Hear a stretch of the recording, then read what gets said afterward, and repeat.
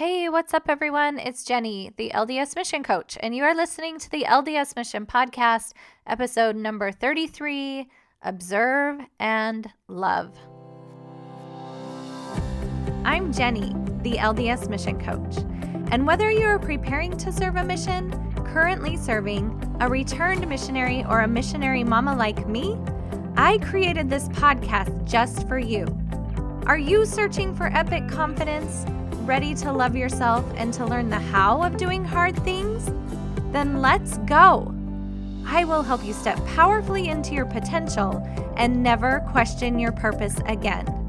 It's time to embrace yourself, embrace your mission, embrace your life, and embrace what's next.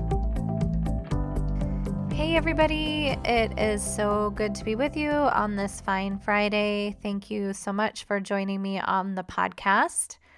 We made it to February. Yay.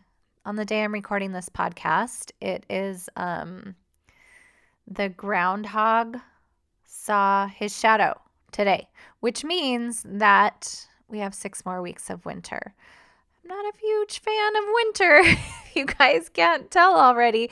And if you're a coach, you're probably saying to me right now, you know what, you should just change your thoughts about winter, and then that would change your feelings about winter. But I actually like keeping my thoughts about winter. It's not my favorite.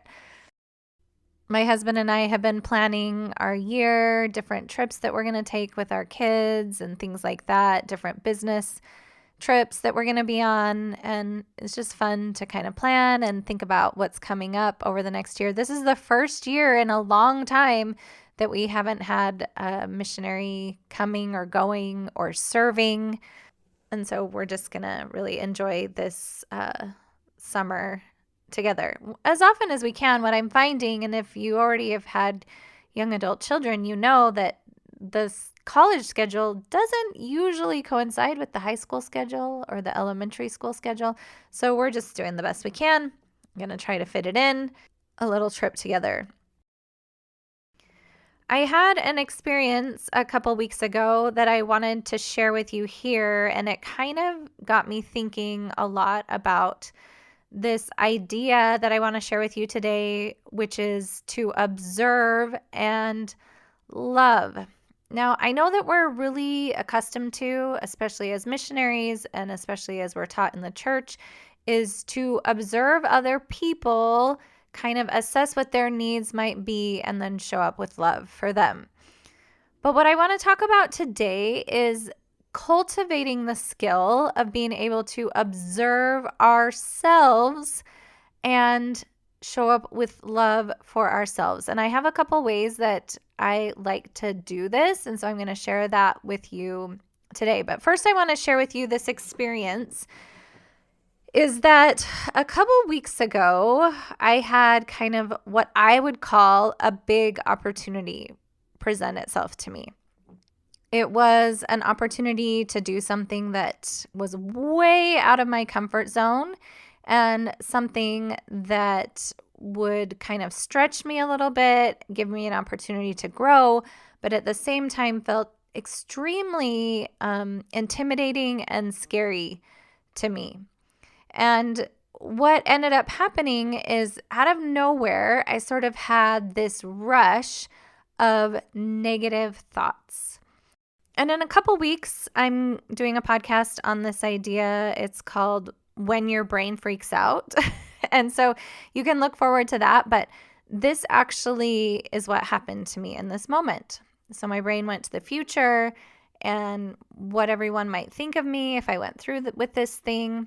I started questioning everything that I thought about myself. Kind of this idea of imposter syndrome just really came on strong. These were some of the thoughts that came on, you're not good enough. What will everyone think about you? No one will care what you have to say.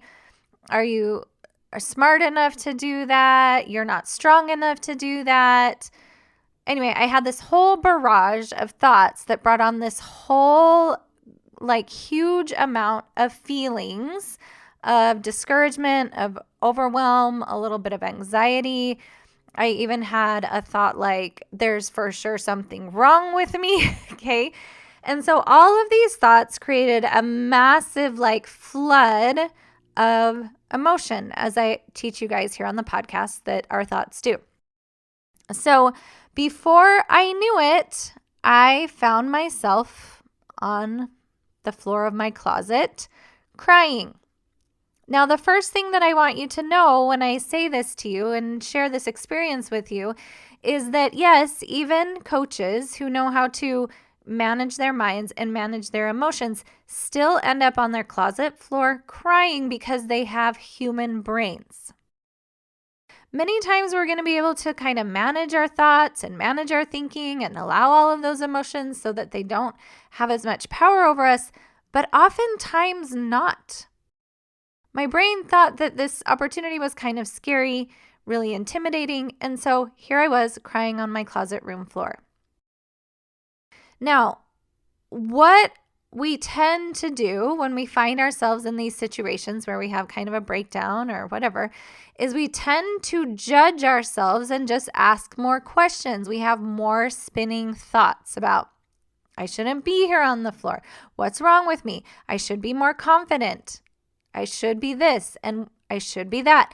And none of these thoughts are useful when your brain is just kind of spinning in this negativity, which it just does on default. So what I've learned to do and what I would highly recommend you do is we develop the skill of observing ourselves and showing up with love. What I did in that moment is I just was like, okay, here we are, Jenny. We're on the closet floor. I was like, okay, I see you. I see you thoughts. I see you brain. I see what you're trying to do. And I'm just going to be here with you, taking care of you and loving you while you have this experience. I didn't judge it. I didn't think I shouldn't be there. I didn't think something was wrong with me. My brain was trying to tell me that, but I wasn't making anything wrong with the fact that I had a little bit of a breakdown. This skill alone is so powerful because when we can accept what is just true and what is just happening, it's the best fuel for us to move forward, for that process to be cleansing, for us to feel our feelings and to create something different in the future. Now, if I would have sat on that floor and judged myself for crying on the closet floor and judged myself for my emotions rather than accepting them, that spiral would have taken me down further and further and further, and I might have been there for quite some time, to be honest. In fact, in years past, that's probably what would have happened. It would have put me in kind of a tailspin for several days. But as it was, I just observed myself having the experience I was having the thoughts I was having, and the emotions I was having. I took really good care of myself. I sat down. I kind of called it a night early, which my husband is so awesome to help me to do so that he can help kids with homework and whatever. I just came up to the room. I really took care of myself. I accepted the experience just for what it was. Maybe watched a couple shows. We're rewatching Downton Abbey right now. Watched a couple shows and then went to bed. And really, I'm to the point in my life now where I know that this is okay. I don't delude myself into thinking that I'm never going to have a bad day and that I'm never going to have a meltdown and that I'm never going to feel anxiety. Instead, what I do is when it's happening, I'm like, okay, this is what we've got. Let's just do that. And I observe myself and I love myself through it all. And this is something that you can do too. It's so powerful a skill to have. Now, I want to circle back around to some of the ways that we can do this. But first, this experience kind of got me thinking about our need to be seen. We have a need, a basic human need, and it's part of that caveman brain that's inside of us, that we want to be seen by other people. Okay, so if we were part of a tribe back in the quote unquote caveman days, and whoever was in charge said, okay, the food source has moved, we've got to follow them. If we weren't seen, our little family or our little person wasn't seen, we would get left behind. And that was actually death. So I want you to think about this. We have this need for people to acknowledge us and to see us. And it's just an instinctual, primitive part of our brain that wants to be seen. What I also found fascinating is that as I did a little bit of research, and when I've observed myself, oftentimes we don't want to be seen. And I actually had this experience this week where a mom reached out to me and she said, my daughter feels like she's not a good fit for the mission because she doesn't feel like she can talk to people. She doesn't want to talk to people. She's afraid to talk to people.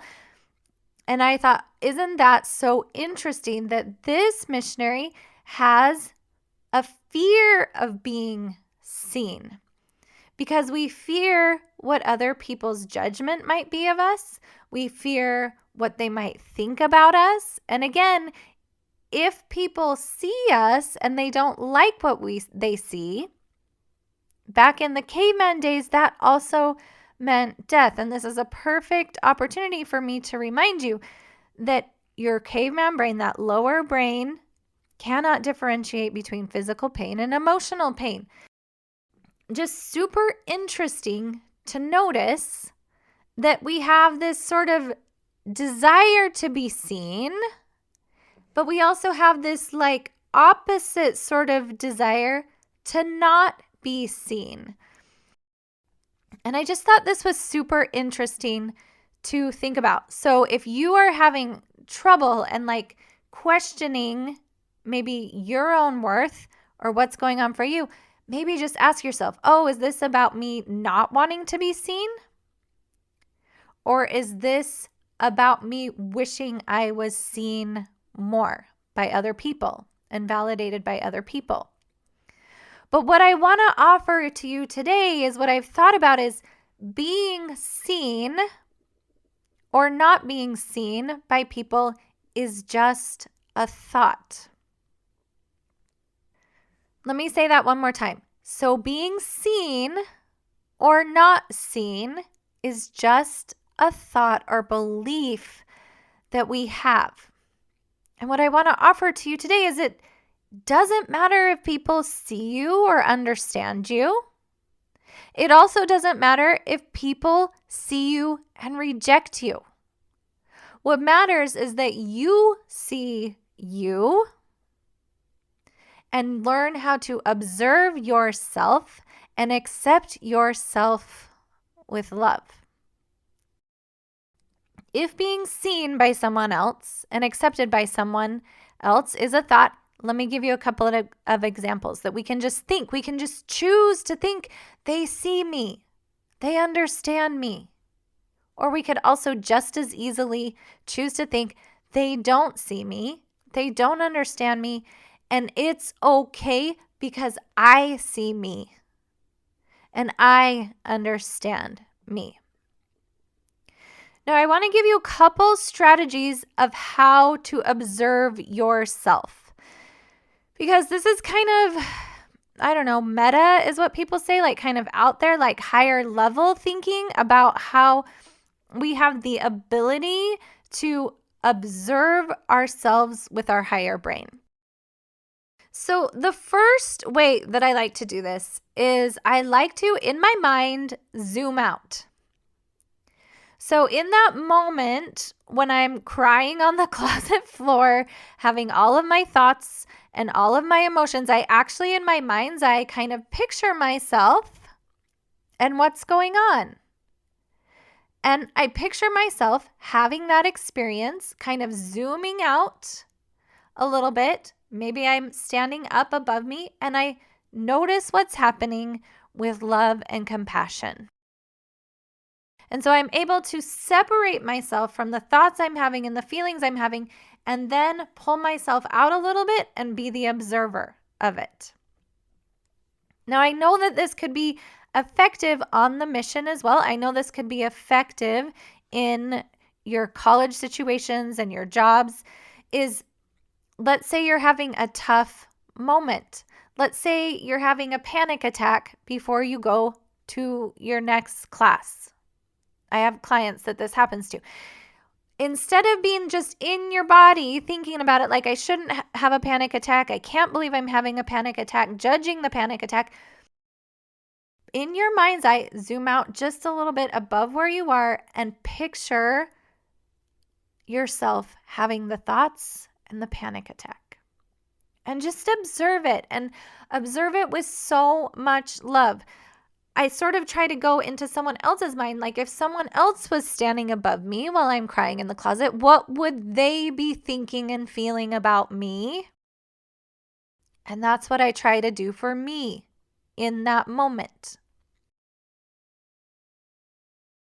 Another strategy I have for you to observe yourself is when my brain offers me tons of thoughts, I like to think of those thoughts, that lower caveman brain, as a small child or a toddler. If my brain is like, this feels really scary, I don't want to do this, I don't know if I can handle this, I'm not strong enough, I'm not good enough, no one will care about what I have to say.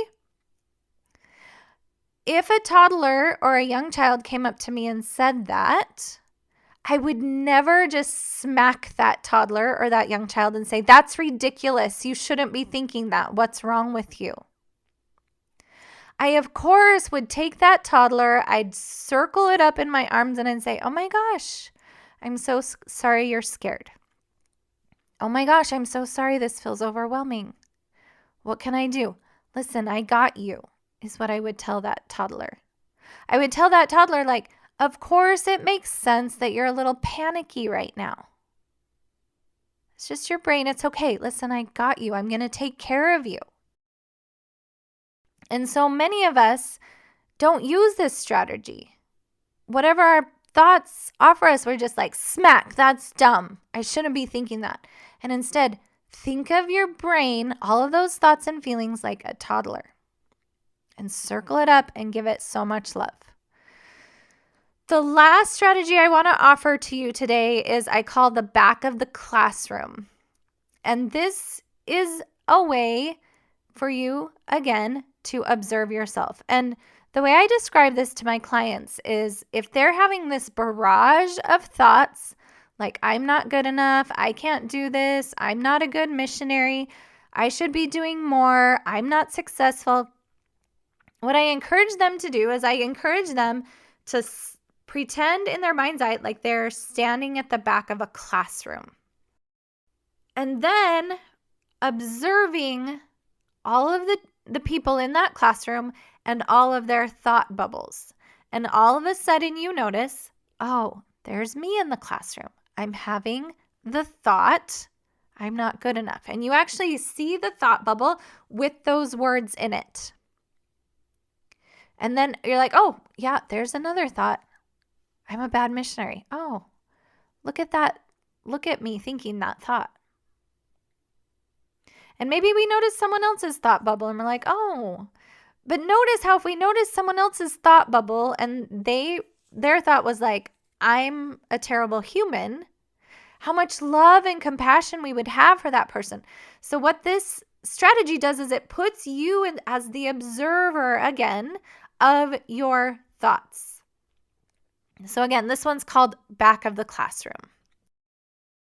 So just to recap, when we have these difficult moments where we're struggling, where it's challenging, where we're having a meltdown, where we're in a place that doesn't feel very good to be in, rather than judging it, just accept where you are. Observe yourself either by zooming out, talking to the toddler in you or the young child in you, or going to the back of the classroom and observing thought bubbles.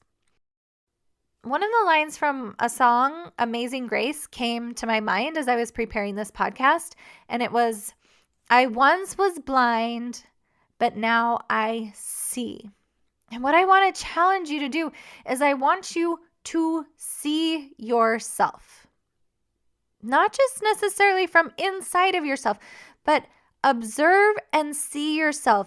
Acknowledge you for the life that you're living in, that it's challenging. And sometimes we end up on the closet floor, and sometimes we have panic attacks before a class, and sometimes we think we taught a crappy lesson on the mission, and all of that is fine.